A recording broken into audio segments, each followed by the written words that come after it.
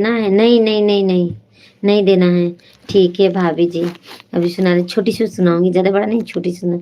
वो मैया मैया कह रहे हैं बाबू ने, तो बाबू के मैं एक कथा सुना देती हूँ।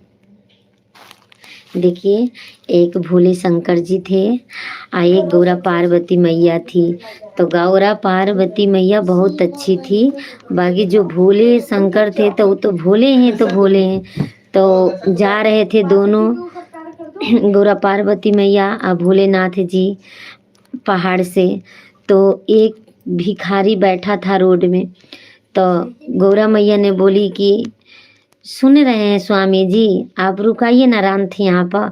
एक देखिए रोड में बैठकर एक भिखारी पुकार लगा रहा है, उनसे पूछ लीजिए कि उनकी क्या चाहिए। तो भोलेनाथ जी बोले थे कि चलो गौरा, ऐसे रोड में बहुत लोग बैठे रहते हैं, कहाँ कहाँ तुम रंथ रोकाओगे, तुम चलो।